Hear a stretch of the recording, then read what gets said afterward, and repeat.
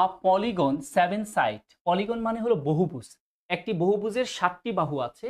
এখন how many way diagonal can be form.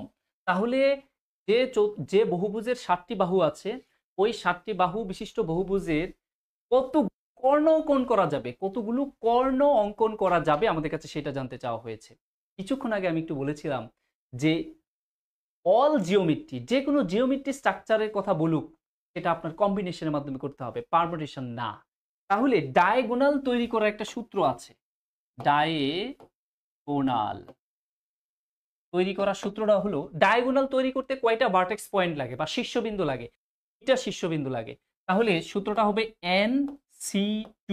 কেন, কি কারণে, এগুলো আমরা পরে বলবো আমাদের শিডিউল ক্লাসগুলোতে।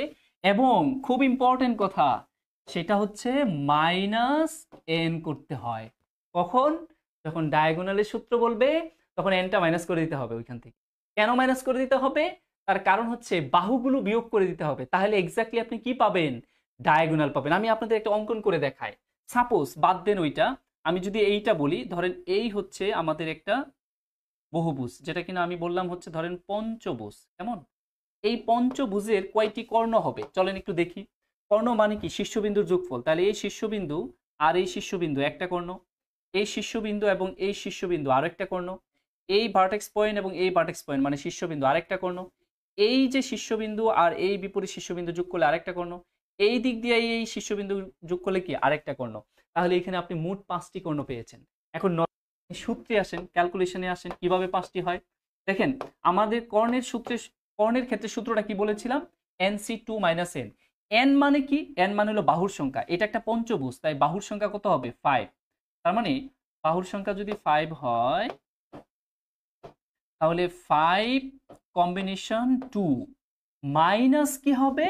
মাইনাস হবে বাহুর সংখ্যা কত? 5। এখন ভাই আপনি এটা ক্যালকুলেশন করে দেখেন আপনার কর্ণ কি আদৌ 5টা আসে কিনা। আমরা এখানে যদি বলি 5 মানে হচ্ছে 2 এর অর্ধেকের কম, তাহলে 2, আর এখানে হবে 5 × 4, 2 গড় যাবে, মাইনাস কত? 5। তাহলে এখানে কাটলে এখানে হয় 2, 5 দুগুণে কত হয়? 10। 10 - 5, তার মানে কয়টা কর্ণ? 5টি কর্ণ আপনার গঠন করা যাবে। এখন আসেন, প্রশ্ন হলো লাস্টের 5টা বা nটা কেন বিয়োগ হয়? এই যে এই বাহুগুলো বিয়োগ করে দেওয়া হয়। এই যে দেখেন, আমরা যদি এই বাহুগুলো বিয়োগ করে দেই, তাহলে কিন্তু আমরা কি খুঁজে পাচ্ছি? আমাদের সেই যে 5টি কর্ণ, সেই 5টি কর্ণ আলাদা আলাদা করে আমরা খুঁজে পাচ্ছি। দেখেন পাচ্ছেন কিনা? ওয়াও, একটা স্টারের মতো হয়ে গেল কর্ণগুলো একসাথে করে।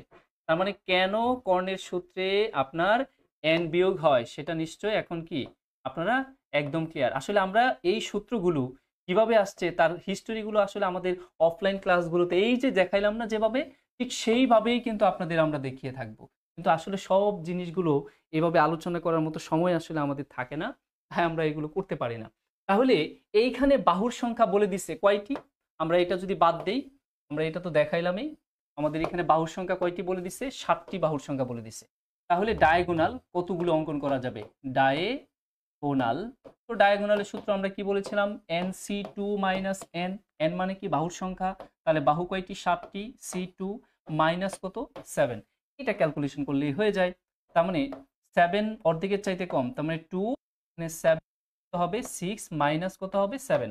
তো এটা ক্যালকুলেশন করলে এখানে 2 দিয়ে কাটলে এখানে কত? 3, 3 সাথে কত? 3 সাথে 21, তার থেকে আমরা 7 বিয়োগ করলে কত পাবো? 14। তাহলে কতগুলো কর্ণ তৈরি করা যাবে? 14টি কর্ণ তৈরি করা যাবে। আশা করি বুঝতে পেরেছেন আপনারা।